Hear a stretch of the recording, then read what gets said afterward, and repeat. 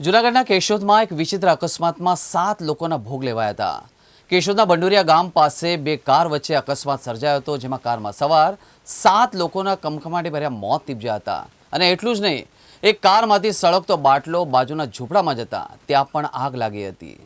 Junagadh Veraval highway માળિયા હટીના પાસે આવેલા ભુંડરી ગામ પાસે આજે સવારે 8 વાગ્યાના અરસામાં બે કાર વચ્ચે ભયંકર ટક્કર થઈ હતી, જેમાં પરીક્ષા આપવા જતા 5 વિદ્યાર્થીઓ સહિત કુલ 7 લોકોના મોત થયા હતા. બે કાર વચ્ચે ટક્કર થતા એક કારમાં રહેલો ગેસનો બાટલો ફાટતા બાજુમાં રહેલા ઝૂંપડામાં પણ આગ લાગી હતી.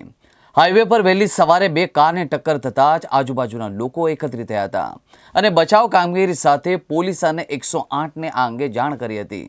ઘટનાની જાણ થતાં જ પોલીસ કાફલા સાથે 108 અને ફાયર વિભાગની ટીમ ઘટના સ્થળે પહોંચી હતી.